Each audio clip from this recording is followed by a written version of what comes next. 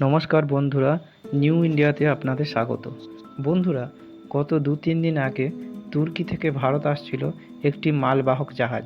এই জাহাজটিকে হাইজ্যাক করেছে ইয়েমেনের হুইথি বিদ্রোহীরা এই শিপটিকে ইসরায়েলের শিপ বলে মনে করেছিল, যে কারণে তুর্কি থেকে আসার সময় লাল সাগরের পাশ দিয়ে যখন ইয়েমেনকে অতিক্রম করছিল, তখন ইয়েমেনের হুইথি বিদ্রোহীরা এই কার্গো শিপটিকে দখল করে নেয়। হুইথি বিদ্রোহীরা চায় এই ইসরায়েলের জাহাজটিকে দখল করে ইসরায়েলের ওপর চাপ সৃষ্টি করে হামাসের সঙ্গে তাদের সংঘর্ষে বিরতি তৈরি করা। পরে ইসরায়েলের সরকার জানায় এটি তাদের জাহাজ নয়, এটি জাপানের জাহাজ।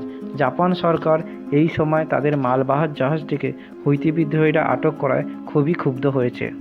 ইয়েমেনের এই হুইথি বিদ্রোহীদের সাপোর্ট দেয় ইরান। এই হুইথি বিদ্রোহী কারা? এই হুইথি বিদ্রোহী হলো ইয়েমেনের একটি বিদ্রোহী গোষ্ঠী।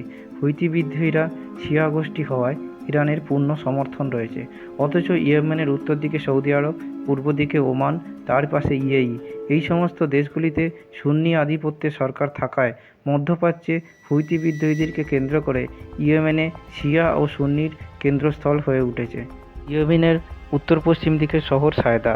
1990 সালে এখানে ছাত্র আন্দোলন শুরু হয়েছিল, যা দ্য বিলিভিং ইউথ নামে পরিচিত। এর নেতার নাম ছিলেন হুসেন বেদারদিন আল হুতি। এই সংগঠনের উদ্দেশ্য ছিল জায়দি ইসলামের পুনর্জাগরণ। এই জায়দি হলো শিয়া ইসলামের একটি ধারা। ইয়েমেনে প্রায় 1000 সাল ধরে জায়দি সুলতানদের রাজত্ব চলছিল।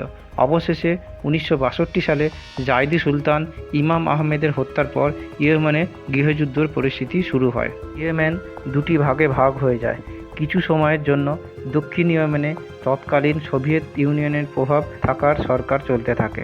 এরপর 1978 সালে উত্তর ইয়েমেনের আর্মি অফিসার আলী আবদুল্লাহ সালে ক্ষমতায় আসে। উত্তর ও দক্ষিণ ইয়েমেনের মধ্যে তীব্র লড়াই হয়, হাজার হাজার মানুষ মারা যায় এই সংঘর্ষে।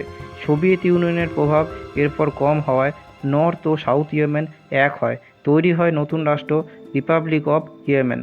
এই ইয়েমেনের রাষ্ট্রপতি সালে সৌদি আরব ও আমেরিকার পূর্ণ সমর্থন পায়। এদিকে সৌদি আরবের সমর্থন পাওয়া ইয়েমেনের সুন্নি সরকার যতই শক্তিশালী হয়, অন্যদিকে শিয়া জনগণ ততই নিজেদেরকে কোণঠাসা মনে করতে থাকে। এই সময় ইয়েমেনে শিয়া সংগঠনের প্রভাব পুনরায় শক্তিশালী করার জন্য দি বিলিভিং ইউথ নামে আন্দোলন শুরু হয়।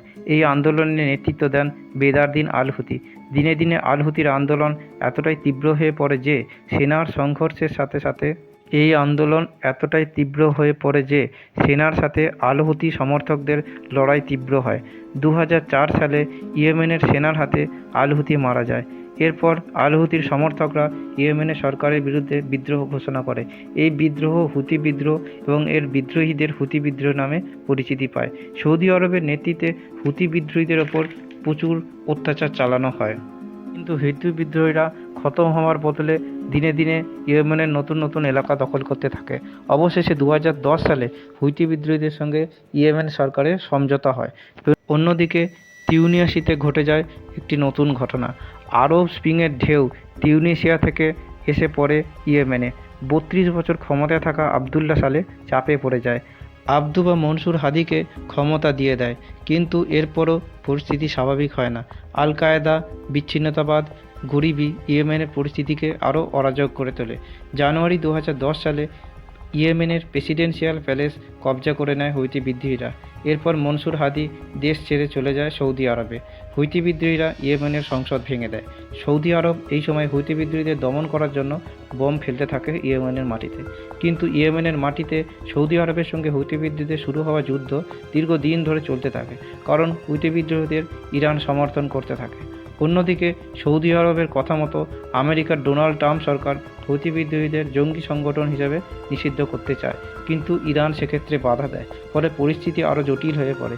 দীর্ঘদিন ধরে চলতে থাকা যুদ্ধবিধ্বস্ত ইয়েমেনের পরিস্থিতি ফলে দারিদ্র্য সীমার নিচে চলে যায়।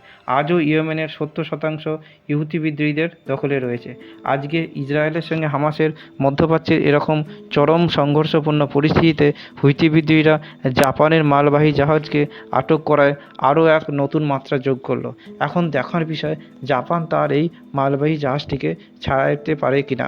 বন্ধুরা, মধ্যপ্রাচ্যে ইয়েমেনের এই তেলের খনিকে কেন্দ্র করে হুইতি বিদ্রোহ ও সুন্নি গোষ্ঠীর মধ্যে যে দীর্ঘদিনের লড়াই তা আজও চলছে। এই সংকটময় পরিস্থিতিতে নতুন করে আর কি প্রেক্ষাপট তৈরি হয় সেটাই দেখার। বন্ধুরা, এ বিষয়ে আপনাদের মতামত কি? অবশ্যই কমেন্ট বক্সে জানাবেন।